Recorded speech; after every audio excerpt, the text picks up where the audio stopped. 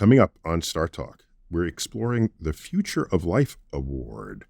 Who gets it? People who had something to do with the preservation of civilization. And most recently, it was given to storytellers. The writers, producers, directors of the 1980s film WarGames and The Day After. We're going to find out why they are celebrated now in the 40th anniversary of the appearance of those films and what that had to say for the preservation of life, society, and civilization as we know it. Coming up on StarTalk. This is StarTalk. Neil deGrasse Tyson here, your personal astrophysicist. And of course, I got Chuck Nice with me. Chuck. Hey, Neil. And you know what we're going to talk about today? The Future of Life Award. Oh, wow. I would think that just getting to go into the future is an award. Oh, an award or reward for a life hard earned. Yeah. Let's find out more about this and bring in our two guests. First, Larry Lasker. Larry, welcome. Thank you. Nice to be here. You are a 2023 co-recipient of the Future of Life Award. You're a screenwriter, producer. I know some of your work. You're co-writer of WarGames. That was an important movie back in the 80s. Yes. We'll get back to that. We also have with us Walter Parks. Walter, welcome to StarTalk. Hi, Neil. Nice to be here. Co-writer of WarGames with Larry. That's just by luck. We happen to be on the same podcast. Okay. And co-recipient of the 2023 Future of Life Award. Also a producer, screenwriter, media executive. More recently, co-founder of Dreamscape Learn. And this is immersive virtual reality education. But also, the two of you produced Awakenings. I remember that film explicitly. That received 3 Oscar nominations and co-wrote the film Sneakers. I remember that. That had Sidney Poitier in it. I remember that movie. So let's go back in time. Now, 2023 was the 40th anniversary of WarGames. Matthew Broderick. Remind me, was that before or after Ferris Bueller's Day Off? I think it was before. Is that right? It was right before, yeah. Just before Ferris Bueller's Day Off. And United Artists, Sherwood Productions. And who else was in that? We had John Wood, Dabney Coleman. Ali Sheedy. Oh, yes, of course. The girlfriend, Ali Sheedy. And Barry Corbin. I did not remember. The general. He was in that. He was the general. Yes. And he plays that role well because he reprised something like that in that long-running series, Northern Exposure. He was an astronaut, military vet. He improvised the line, "God damn it, I'd piss on a spark plug if I thought it'd do any good." Oh, he just came up with that on the set. Also, Larry, if I remember correctly, he was based on the actual commander of NORAD who he met. Yeah, who we met. Yep. Yeah, and we named this one, this character Behringer. And wasn't it General Hardinger who said, "I sleep well at night knowing I'm in charge"? Yes. Oh, that's a funny line. Yeah. Well, that's what you want in a general. I guess so, in a weird sort of perverted way. I was going to say, I'd sleep better if I heard that from his actual soldiers. Wait. So, guys, just remind us all, 1983, we are still in the Cold War. So this is the landscape on which this movie arrives. And it's not just grown-ups doing their grown-up things. It involves kids. And so I thought that was a brilliant juxtaposition because they're the next generation. And how does it affect them? How are they thinking about the problem? Just remind us of the climate, the geopolitical climate, and then tell us what was the thinking behind this film. I'll tell you, as has become appropriate for a show that's hosted by a physicist, one of the 2 pillars of this really was another physicist. Larry had been particularly interested in Stephen Hawking. I saw a documentary on TV about Stephen Hawking and the idea that he could figure out the unified field theory, but because of his condition, he wouldn't be able to communicate it. I found a fascinating existential dilemma. and it suggested that he needed someone to pass on his knowledge to, a kid who could understand him. And that character became the character in WarGames, a juvenile delinquent type whose problem was that he was too smart for his environment. Quite unbeknownst, I had come across a book about a middle-class family, I think in Kansas, who had a child that turned out to be a super genius, and about what the travails of what it was like to grow up having that intelligence. So it was sort of two pieces of a puzzle there. And what's interesting, Neil, is that you asked about the geopolitical climate. This all began with this character idea. It really was about, as Larry said, a potential hero's journey of this kid towards a mentor and the scientist's need of someone to pass his knowledge on to. So all of the geopolitical stuff and all of the ideas about thermonuclear war and about computers really came out of research. Larry had a background in journalism, and mine was in documentary films. But it really started with a character story, and which is, I think, one of the reasons why it's still valid. Well, give me a 3-sentence review of the plot. So we've got a kid in high school who accidentally hacks into NORAD. Yeah. Yes. And Chuck, thinking about unintended consequences, he hacks into what he thinks is a game company just wanting to play the coolest new game, and inadvertently hacks into NORAD and runs a simulation which is mistaken by NORAD as an actual missile attack. And it sort of becomes a story there, which unbeknownst to him or anyone, he's actually triggered an AI program that was left over in the system by its original creator, who cannot discern the difference between reality and simulation.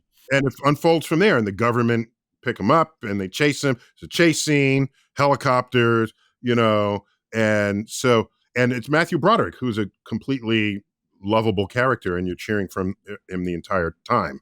Yes. And so the moral to the story then was what? Don't have a computer. That's tough. Well, I think we stumbled upon something that, it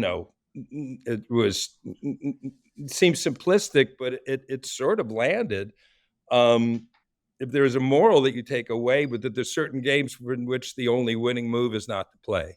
Yes, And that was the computer's That's right. bit of Yes. wisdom. Yeah. And it was illustrated in a game of tic-tac-toe, but then sort of generalized to the whole idea of thermonuclear war. And again, it sometimes, simple is best. And I think we were able to kind of boil down some complex ideas to a simple enough premise that it landed with people, particularly in the government, as it turned out. And how telling is it that all this time later, the fact is that the AI knew better than we do. Okay, that's number one. And number two, the fact is that you're looking at right now, there seems to be a push towards proliferation once again. Yes. Where for many, many years, nuclear proliferation. Yeah. Nuclear. For many years, it's been let's reduce, let's get rid of, let's move towards a place where we make this as minimal as possible. And now we're actually going in the opposite direction. Mm-hmm. Well, in many ways, we're going in the opposite direction right now. Yeah. So explain to me now what the Future of Life Award is and what you guys did to earn it. Well, it's the most prestigious award that no one has ever heard of. Okay. Says two recent recipients of the award. So tell us about it.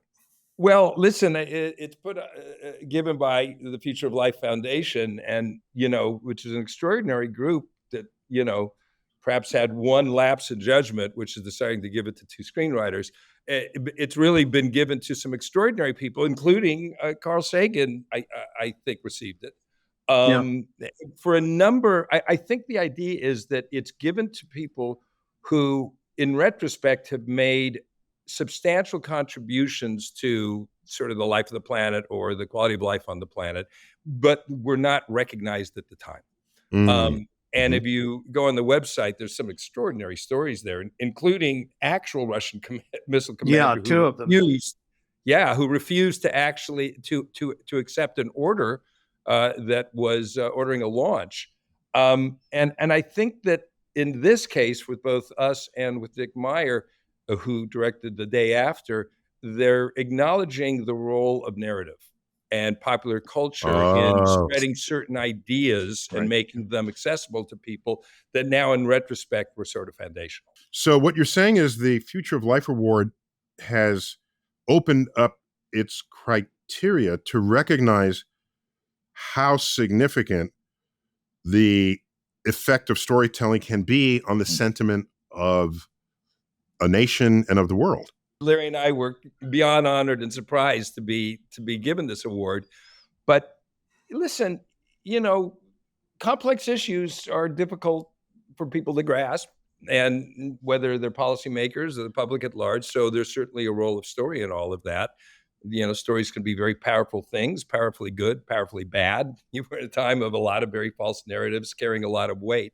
So I think in this case, the Institute was just trying to, acknowledge that when done right, and hopefully we did, a story in popular culture can be a way of educating the public about we're all for, on StarTalk, we're all for that, because I think people come for the pop culture and humor, but they stay for the science, right? I mean, the attractors are something that matters here. Otherwise, you'll have no influence on anybody. All right.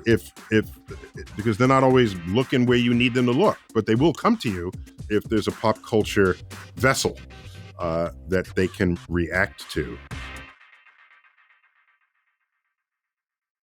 We wanted to take a break to congratulate the winners of this year's Future Life Award for reducing the risk of nuclear war through the power of storytelling. The winners are Nicholas Meyer, Edward Hume, and Brandon Stoddard for their film The Day After, and Lawrence Lasker and Walter F. Parks for WarGames. These filmmakers showed us how storytelling can make a difference in tackling the world's most pressing challenges. To learn more about Future of Life Institute and this year's winners, make sure to visit futureoflife.org. When I think of this movie, I wasn't thinking this at the time because it was just a movie and I was enjoying it, but a lot of themes are intersecting here. So you have the geopolitics of just nation against nation. You have the Cold War nuclear arsenals. You have game theory. You have computing power. You have power struggles.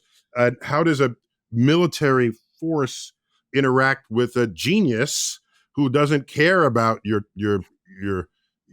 whether you're general or corporal or private? They just know what's true. And then you have kids caught up in the middle of it, genius kids. All of that was happening at once. And it blended and became a coherent story. So I just want to congratulate the two of you on that. And I want to know, did the government actually learn anything from you? Yeah. We screened the movie for the President Reagan at the time at Camp David, the opening weekend of WarGames. And I had known the Reagans growing up, so I was able to call. Is this because he was a movie star, right? So did you know him through the California connection? He and Nancy were friends of my parents.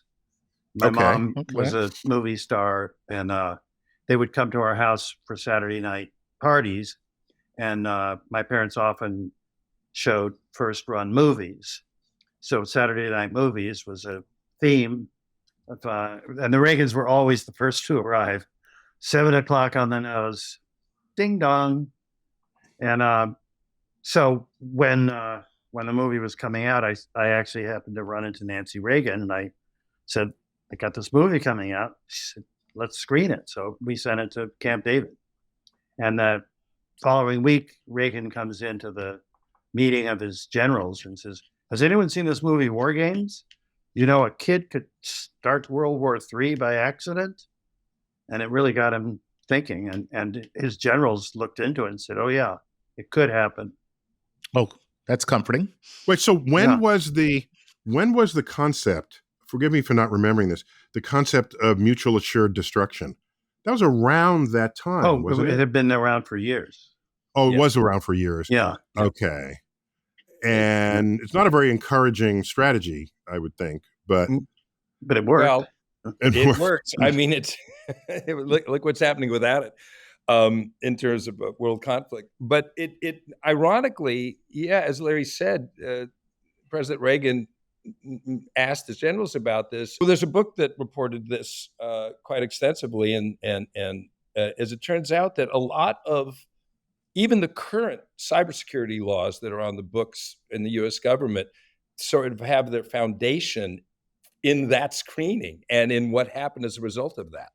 Wow. It was a real sort of case study in, again, as you're talking about, Neil, how popular culture and story can actually have an effect on policy because it presents ideas in a way that can be understood. Right. And it reminds me, I was on a White House commission studying the future of aerospace in the nation and in the world. And we visited an air show, and I boarded one of these military Air Force jets. And this is very early in the internet. I mean, very early, where everything was dial up and things. And so I actually, while I was there, just on this tour, I hacked into the internet of that airplane, and I saw a couple of things. So then I told them about it, and they said, "Oh, you can't do that." And they got angry. And I said, "Wait, dude, like." Why would you leave this perfectly secure computer terminal sitting here for me to access? No, it was my own computer. If you didn't want me to get compromise nuclear secrets. No, what I'm saying is, am I the enemy, or did I just do them a favor? Right? By finding this weak spot on that plane. And so I don't think people knew how to react to that kind of breach at the time. And so, yeah, you pick them up, you try to, there's a chase scene, there's you had all the right movie elements to make it an exciting storytelling. It's funny you say that, because now the government actually hires hackers. Yeah, that's to right. try and break into things. That's right. That was they didn't offer me a job at the time. I'm sorry. that was the premise of our next movie together, called Sneakers, which are really about Tiger teams that are hired to test the security of installations or computer systems without the targets knowing, in order to reveal, where the insecurities might be, where the vulnerabilities might be. It's sometimes I think that, did we do the world a disservice by igniting all sorts of like hackers or like doing, bad things, or was this a good thing to draw attention to the fact that these systems are vulnerable? And the future of life believes it's a good thing. Well, thank you for that. I'm kind of thinking that. So if he worries about now security, so you're saying Reagan started thinking about cybersecurity at that time. That would have been an early time to think that way, correct? Absolutely. Yes. Yeah, it was the first law about cybersecurity on the books. Okay. But it also led to his trying to reduce the threat of nuclear war with the Russians or the Soviets at the time. Right. I think it's great, though, because when you think about it, I don't think it's hyperbolic, when you look at the premise of this young kid doing this. I think that, is it a good thing that, from a pop culture standpoint, we started thinking that way? Like, what if you could break into, the government, and you could, get nuclear codes or start a launch? Sure, that's unlikely, but just thinking about it in that way, I think creates a better arena for security. And you look at it today, we look at AI, and I'm going to say, if it weren't for James Cameron looking at AI in such a way where, you have a singularity, you have the machines take over, we wouldn't be thinking about AI right now in the way that you're talking about Terminator. Yeah. Terminator, yes, thank you. I should have said the movie. Right. I was thinking of the Titanic. Yeah. I remember when the AI was dying on the board, floating, and Rose was saying, no. But yeah, like, it's great that you get people to think a certain way, and then that becomes a collective consciousness Yes. because then And it we affects all who they vote for. Right. It triggers an entire sequence of shift, a zeitgeist shift, which is Yeah. important when you need it. It is funny when you think back then, there were sort of a spate of those movies, ours being kind of the tail wagging one of them, which has to do with digital technology run amok, right? I think of RoboCop as one, actually a favorite movie of mine. The first one, not the second one, I presume. Yeah, but the first Yeah. RoboCop's fantastic. Terminator, in a funny way, WarGames. And I think there is something about demystifying all of that. In Mhm. other words, and becoming aware of that so that we can actually deal with both the opportunities afforded by digital technology or AI, but also be very aware of the potential dangers. But we And can't, again, nor can we forget the film Manhattan Project, all right, which is also a high school kid who invents an atomic bomb. And there was another one, just sort of in that genre. So I'm wondering if all that was partly influenced by the John Hughes portfolio, which showed teenagers in high school as the primary protagonist in every story Mm. that unfolded, with the adults as the immature idiots Right. working around them. I'm going to say it was just a marketing ploy to get teens out to the movies. No, all right. So after you screened it for Reagan, presumably others in the government would then have interest. So what was the path that came out of that screening room in the White House? Well, other people wanted to see it. Reagan actually started telling the meeting of generals the plot, and they all said, "Please, sir, don't tell us anymore. We want to see the movie." Okay. And then the MGM screened WarGames for Congress, Oh, okay. which Interesting. I would have loved to go to, but we were doing our thing here in California, so I sent a friend of mine there. And what about this very scary prospect, which Chuck has been hinting at this whole conversation? In your movie, the computer, this AI machine, had power over the launch codes so Correct. that it could make an autonomous military decision about a strike. And that is a scary prospect then and now. Probably more now. Yeah. And even before the AI part of it, Larry, you know the anecdote better. We actually, while we were working on the film, there was a near War Games like scenario that took place where a simulation was mistaken by command and control as an actual attack. Yeah, we were actually in my apartment in Santa Monica working on the script, and we were going, "Is anyone going to believe that this could happen?" And I turned on the CBS Evening News, and it was Walter Cronkite. The top of the news was, "For 3 minutes yesterday, the United States went on a full-scale nuclear alert." It turned out it was a simulation tape that had been left in a computer, and it completely freaked out the military because they thought we were under attack because the simulation was of a full-scale Russian missile attack. Mm-hmm. Fortunately, someone caught it before we volleyed our missiles back. So then we turned off the TV and said, "Yeah, people will believe it." Yep, let's keep going. Keep on the script. Neil, you brought up the zeitgeist, and you're talking about why kid characters, and we had a really interesting experience. What was it, about I forget how many years ago, where we were featured at the founders lunch they do at Google, to have a conversation about war games, because it turns out it was a fairly important film for a lot of the people who worked there.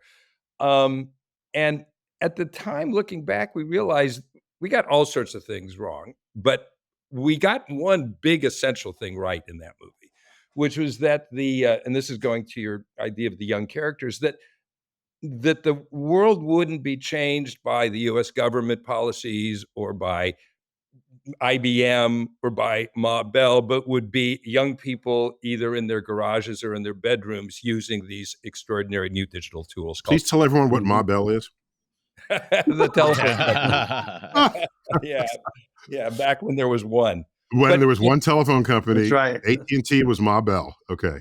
But the point is, there is David Lightman, the character, our main character, did have his roots in being kind of a punky, anti-establishment kid, and we certainly understood that, that in this case, innovation didn't come from institutions, didn't come from the government. It actually came from, the ground up and from kids who had a sort of intuitive understanding of what these tools could be.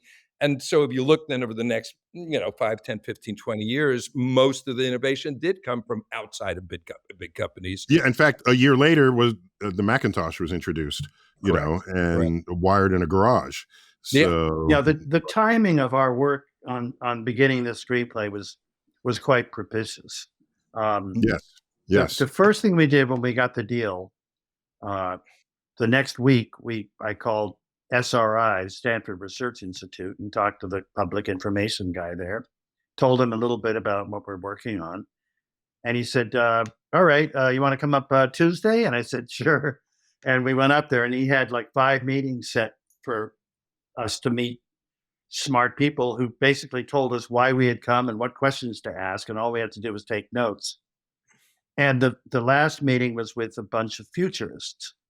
And one of them, Peter Schwartz, said, you know what Atari is up to? And yeah, video games. He says, okay, well, the military is trying to piggyback onto them.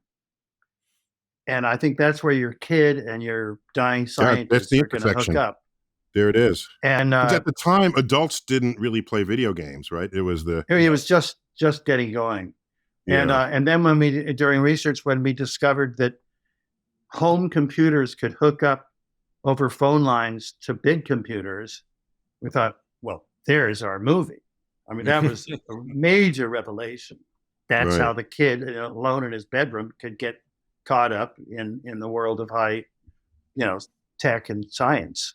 And that third movie I was saying in this kid genre was your movie WarGames. There was Manhattan Project, a high school kid, and of course there was Real Genius, which were young college kids trying to outsmart the military, the U.S. military. So, given your life experience here, and that you're at least celebrated, if not in the day, certainly later when people reflect on how different the world might have been had that movie not been made, is there some movie you think that needs to be made today that we need? And even if there isn't some, what movie would you make today? Okay. I've been giving it some thoughts. I haven't come up with a definitive answer yet, but I'm going to keep trying. You're still thinking, okay. Oh, yeah. Here's the thing about writing movies, and it really goes back to the fact that we didn't set out to do a movie about thermonuclear war or geopolitics or about the emerging computer revolution or AI. As I said, it was a movie about, an idea about 2 characters. And luckily, we had the background and the time to kill to do a lot of research so that we sort of had an emotional foundation. Yeah, we were open to what was going on in the world. Correct. And then we got some really good informants, too. David Lewis, who was at the UCLA Computer Club, and he was a hacker, and he just took us through every step of what a hacker would do. And I could call him up when I'm writing a scene and say, well, how do you get a computer to play itself? Number of players, 0. Okay, thanks, David. Yeah. And then Willis Ware, who was at the Rand Corporation, was our advisor on sort of the computer systems. And he had actually designed the computer system at NORAD. And when we said, unlike some experts who tell you why you can't do whatever you want to do, Willis would say, what do you need? We said, well, we need the kid to be able to access a top secret computer. And he says, yeah, you could do it. He says, they tell you those computers are absolutely standalone, isolated. Bullshit. Everyone wants, if they want to work from home on the weekend, they set up a little back door. It's a back door.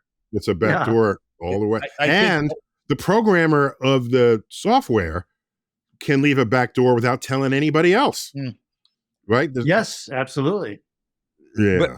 But if just to go back to Chuck's question, so I don't think you can ever decide I'm going to make a movie about a concept. I mean, or it'll just turn out to be sort of, I don't know, rigid. But perfunctory. Yeah. Yes. But we are at a moment in terms of AI that we're pretty much depending on tropes of the last 20 years. We brought up Jim Cameron's movies, et cetera. And it's a much more complex issue than that. Yes. And I wonder if there's a way to go after that idea with a narrative. As you can imagine, Larry and I over the years have been brought more than our share of ideas for WarGames sequels. But in a funny way, the idea that there would be an intelligent program, our Joshua program, that's been alive out there in cyberspace. Joshua was the name of the program for those who Right. didn't remember this. Correct.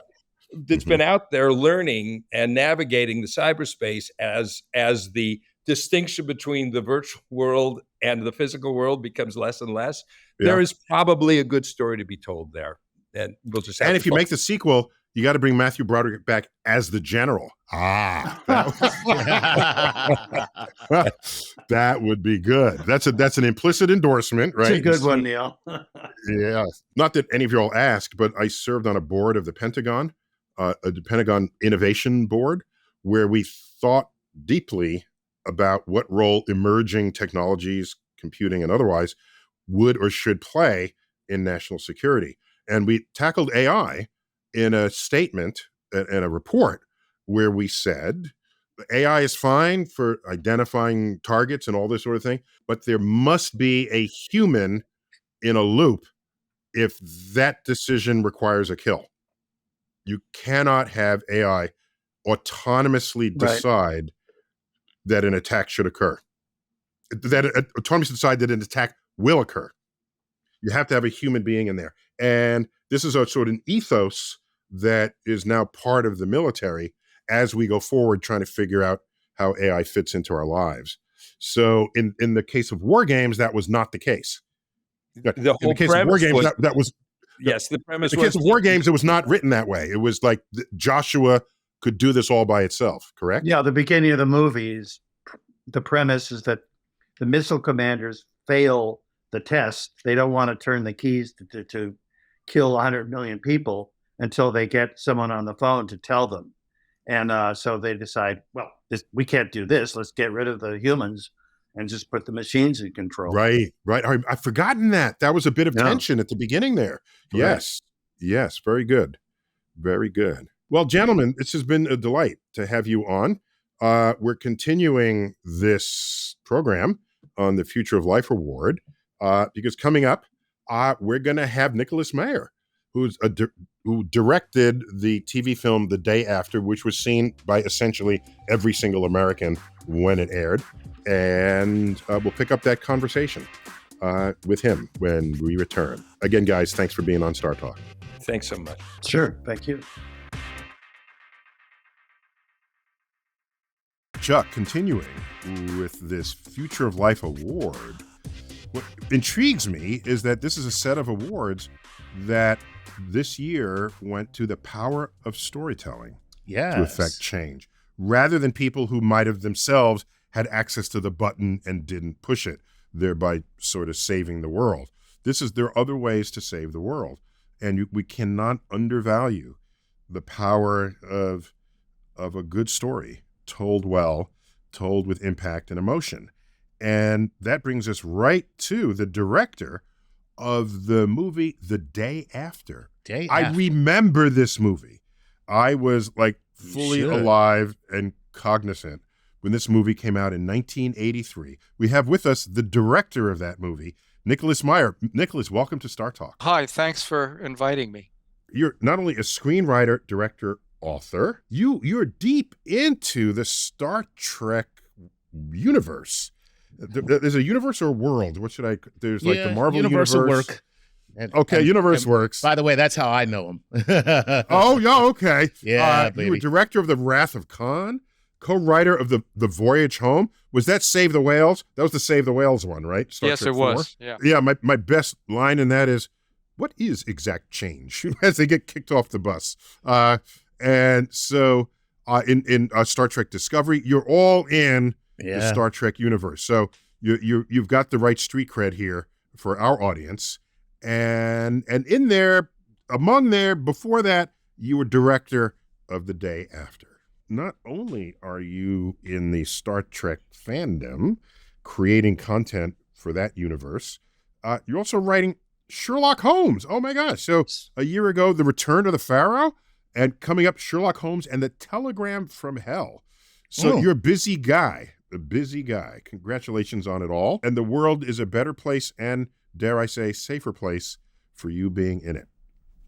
My mother thanks you. I thank you. Yeah. So the day after is it's the day after total thermonuclear exchange with the Soviet Union. And it's a movie about that. It aired on ABC. It was a TV movie, aired on ABC. Everybody was talking about this the day after. The day after. It's like almost the entire country watched. Yes. One thing at one time. One thing at one time, which doesn't happen anymore. That doesn't happen anymore. And 100 million people, I'm one of those 100 million. So Nicholas, can you just remind us of the geopolitical climate in 1983? Reagan was president.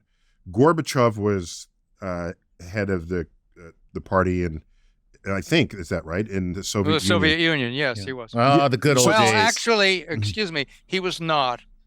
His predecessor was the very aged Yuri Andropov. Yuri Andropov. Oh, okay. And this was, at the time, characterized as the absolute low point in U.S.-Soviet relations. There's no more Soviet Union, but U.S.-Russia relations are now at as bad or probably worse point than they were in 1983. But Yuri Andropov believed that Ronald Reagan was prepared to push the button at any moment, and he wasn't far wrong. Ronald Reagan came to power believing in a winnable nuclear war. As if you watch Dr. Strangelove, George C. Scott as General Buck Turgidson says to the president, played by Peter Sellers, "Mr. President, I'm not saying we're not going to get our hair mussed, but I'm telling you 10, 20 million dead tops." And it was that sort of thinking that prevailed at the time that the movie came out. Mm-hmm, mm-hmm. Wow. And everyone was basically held hostage to this nuclear arms race. And so you have many talents in this space as screenwriter, director, and author.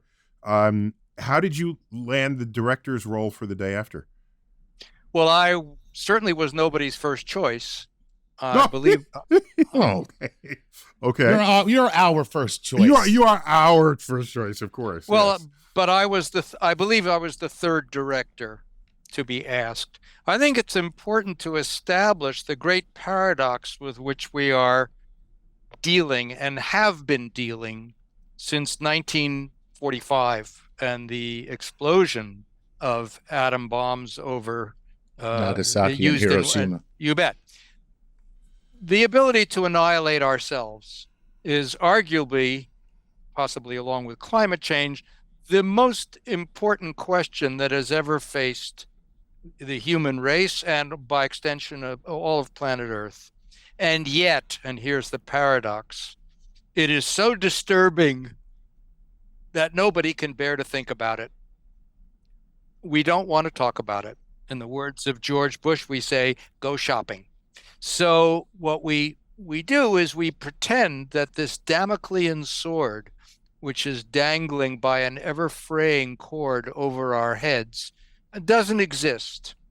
But as Daniel Ellsberg said, hope is not a strategy. Luck is not a strategy. And I have to say that at the time I was the third director to be offered this, I didn't want to think about nuclear war either. I directed a couple of hit movies. I'd been nominated for an Academy Award. Who wanted to do this? But in fact, I was being psychoanalyzed at the time. I was lying on the couch and trying to talk my way out of doing this when my analyst, who never spoke, said, well, I think this is where we find out who you really are. Ooh. Checkmate. Hmm. That's how I wound up doing the movie. Oh. Not because I'm a professional do-gooder or altruist. And so here's my memory of the plot, and tune it up if I get it wrong. So it follows a family or some or town in Kansas where we have a higher concentration of silos. And in any first exchange, what I do know is you want to first take out the other person's nukes before you start going after their cities or any other targets. And so Kansas became a hotbed for the first arrival of these nuclear weapons. And they do hit, and they do go off, and you watch people attempting to survive this into the next day. That was what I remember. Well, basically, Lawrence, Kansas was picked simply because it's the geographical center of the continental United States. The fact that we have these missile silos all over the United States, they're all over, is part of the great folly of our policy and politics, because it simply makes sitting targets for every place you have a missile. For every place you have a missile is a target. Whereas, as Daniel Ellsberg so precisely pointed out, we can defend ourselves with Polaris submarines, which are much harder to locate than pinning these targets all over the place. And accidents happen in these targets.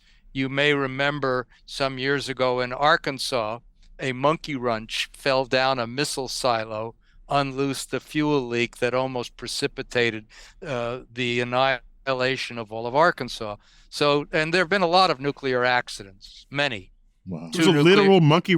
Is it a literal monkey wrench? Yes. What Ed Hume, who wrote the screenplay, did was he simply wrote about a lot of regular people, not just one family, but different people doing different things, going to college, getting married, on and on and on. Some people who worked in the military who go down in those silos among them. In other words, people like us doing what we do, and they all get nuked. That's the movie. That's the wow. I don't mean to laugh, but that's the. But I remember it was an event. It was a television event, and I also distinctly remember that after the film, there was a panel of experts, which included Carl Sagan, Henry Kissinger, Elie Wiesel, William Robert Buckley, Jastrow, yes, Carl some of the Sagan, deep thinkers of the day to analyze what had just happened. And so let me ask you this. The Future of Life Award goes to people who played some pivotal role in saving all of humanity, and most people don't even know it. So it's a way to tease out of the history of human conduct those people who mattered greatly. So if this movie was just a movie and people saw it and went about their way, you wouldn't be recognized 40 years later. It's just a movie. So how did this end up mattering geopolitically afterwards? Ronald Reagan, as I said, came to power believing in a winnable nuclear war. The day after, I think, was responsible. I think I can say this because I think Reagan said it, for starters, in his memoir, and Edmund Morris also said it. He was Reagan's official biographer. And when Ronald Reagan saw the movie, and I think for a lot of people, when Stalin once said, when a child falls down a well, that's a tragedy, but when millions die, that's statistics. Mr. President, I'm not saying we're not going to get our hair mussed. We're just talking abstraction at this point. But when you see those missiles take off, and we've all been raised on 100 years of Hollywood happy endings, right? And suddenly there was, and he flipped out. He's a Hollywood guy. He's a Hollywood guy, so this is especially affects him. Not even, I don't even think that's the main point. There was a general on Castro's staff who said that the Cuban Missile Crisis had not been real to him till he saw the movie. I think it's about imagining the unimaginable. It doesn't matter if you're a Hollywood actor or not. He may have been more naive. He told Helen Caldicott that the missiles could be recalled. And she said, Mr. President, they can't be recalled. He didn't know that. Anyway, what happened was this. It was just on-the-job training. That's all. He wound up changing his mind, and when Gorbachev after he saw the film. Yes, Okay. I think Edmund Morris, who was in the White House, who was his official biographer, and I also got to know Morris because he wrote The Rise of Theodore Roosevelt, which I wrote as a screenplay for Martin Scorsese at one point. And he told me, he lived in the White House for 3 years, and he said the only time he ever saw Reagan lose it was after he saw the movie. Wow. And ultimately what happened was Yuri Andropov died and Gorbachev took over, and there was glasnost and there was perestroika, and Reagan went to Reykjavik to meet with Gorbachev and ultimately signed the Intermediate Missile Range Treaty with him. He was on his way to signing off on a lot more, but he wouldn't give up his Strategic Defense Initiative, which we call Star Wars. And then he, Daniel Ellsberg explained to me, and Ellsberg had been a nuclear war planner, that the treaty that resulted between Reagan and Gorbachev in Iceland, which the fearless pussy grabber in chief has now walked out of, was the only treaty that ever resulted in the physical dismantling of nuclear weapons. Mm-hmm. So that's my little contribution to world history. I'm interested to know how how it came to Reagan.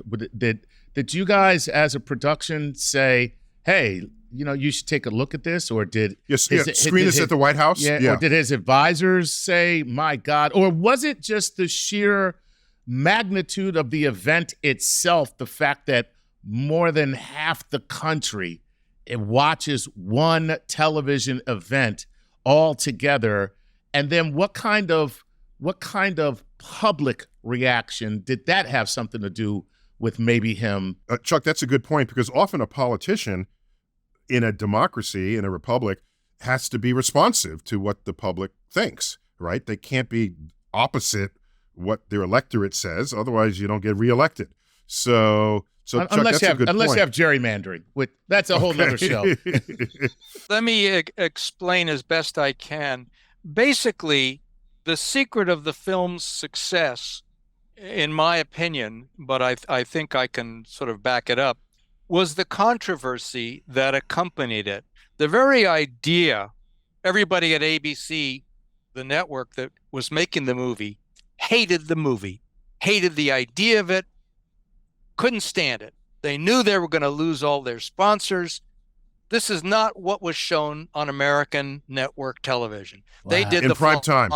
They did the Flying Nun. They did Laugh-In, but their main business is to sell product. It's to advertise, and they knew this wasn't going to happen. They were going to lose a bucket on this. One man wanted this movie made. His name was Brandon Stoddard. If you're giving prizes, he's not alive, but he should get the prize, because he insisted, despite death threats and all, he had to threaten to resign to get this movie on the air. This is what he wanted. He's the guy who did Roots, and he was looking to a follow-up for Roots. And the controversy and the nuclear freeze movement got Reagan's attention, got the White House's attention. And before he saw the movie, Ronald Reagan regarded the movie as a threat. We were offered Defense Department cooperation. You can have missiles, you can have tanks, you can have helicopters, whatever you want. Just make sure that the Russians started the war. We told them to f off. So we had to sort of do it in our own way. Wow. Without that. But this was on Reagan's radar. And the more Phyllis Schlafly and Bill Buckley went running up and down the country like Chicken Little, insisting that the sky was falling if this movie got on the air, the more the White House and the country got drawn into what is it? Why can't I watch it? The blah, blah, blah, blah, blah. And that's why 100 million people watched it in one night. Incidentally, there's a documentary about the making of this movie now, which is called Television Event. And I believe Television Event is available on YouTube.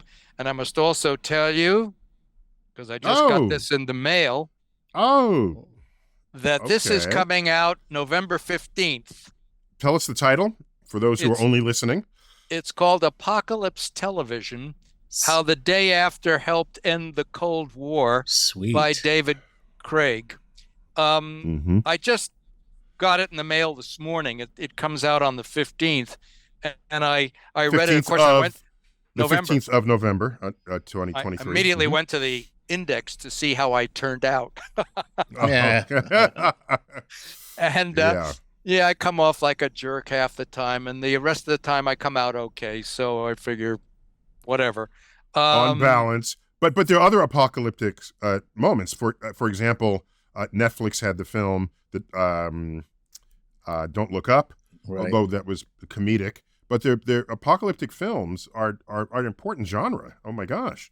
Right? Yeah, but I think the difference, there's a certain, now that we have great special effects, it's kind of fun to see New York City inundated by water and sort of the effects take over. My point is that I, as a director, figuring out about this movie while I was making it, I realized that I didn't want to make a really good piece of cinema, because I realized that if the movie had great acting and great cinematography and a catchy theme song, blah, blah, nobody was going to talk about the subject. We would do anything not to talk about the subject. Right. Gee, and Nicholas, what I remember most is that I didn't recognize any of the actors. Well, we didn't want a lot of boldface names. You succeeded at that, and there was nothing else I could pay attention to but the storyline. That's kudos to you, kudos to your whole concept. I wanted to make a movie like a public service announcement. If you have a nuclear war, this is what it's going to look like on a good day. We didn't show nuclear winter because we didn't know about it. But we did show the electromagnetic pulse because we did know about that. But I just wanted it to, and I started out thinking, oh, yes, right, I could unseat Ronald Reagan or some grandiose like that. And then I realized, no, forget all that. Just show them what it's going to be like. And we couldn't make it too terrible because people would reach for the clicker and change the channel to something else. So it was a tightrope act. But again, I didn't want music in the movie, so there's very little music in the movie. I didn't want to be accused of goosing anybody's emotions or editorializing. Just the facts, ma'am. So we're running short on time. A quick question here. So remind me who launched missiles first, if you ignored the DoD's request to not show America as a first strike. I don't remember what started it. Nobody knows. We never showed it. Okay, brilliant. That was the whole point of the movie, was not to show who started it. And by the way, when we get nuked, no one will care. No one will know. No one will know, nobody's going to be afterwards going, "Who did this?" Because it's just not going to happen, because it'll be so incredibly devastating. No, we'll be sitting here talking, and then we'll be gone, and that's not a question of who started it. Right. It won't matter. All right. So Nicholas, give me something positive to think about going forward. We have to get past the paradox of not wanting to think about this. It's not enough to, contribute to some charity online, send in, $10 and hope for the best. Luck is not a strategy. Hope is not a strategy. You have to get out in the streets and demand change, and you have to do it in astronomical numbers in order to make things happen. This is a call to action. is really You bet. what's going on. here. And Okay. there's not a lot of time. Yeah. Well, it's All right. interesting you say that, because what the thing that is most disturbing about this issue right now is that you have talk when and saber rattling surrounding limited strike capabilities, or Oh yeah. this is a big thing that's being bandied about right now, and I don't know how you feel about that, but I could You guess. don't? I could venture to guess. The thing that's really dumb about nuclear weapons is that they can never be used, and yet Right. we keep on building more and more of them. You're not going to get the toothpaste back in the tube. Once Right. this starts, it won't stop. Well, that's a call to action, a call for peace, a call for sanity, I guess. It's a call for Th- sanity. One hopes, Sanity. yes. There it is. Well, Nicholas, first, congratulations on this award. Thank you. We need more people to keep the world safe, whether they're household names or not. And I'm delighted that we could at least help in our little way to bring attention to this 40th anniversary. I'm of extremely grateful and very honored. Excellent. All right, Nicholas. Chuck, always good to have you, man. Always a pleasure. So this has been StarTalk. Neil deGrasse Tyson here, your personal astrophysicist, and we've had a celebration of the Future of Life Award. Check it out, futureoflife.org online. As always, keep looking up.